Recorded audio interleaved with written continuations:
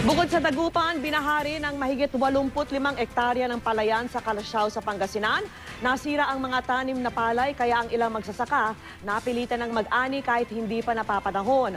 Ayon po sa Pag-asa, ang pag-ulan ay dahil pa rin sa hanging habagat.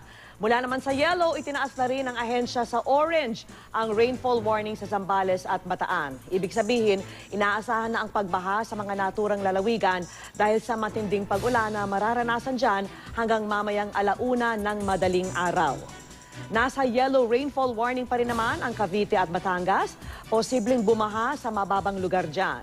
Base po sa datos ng The Weather Company, asahan din bukas ang malalakas na ulan sa western section ng Luzon mula umaga kabilang na po ang Metro Manila.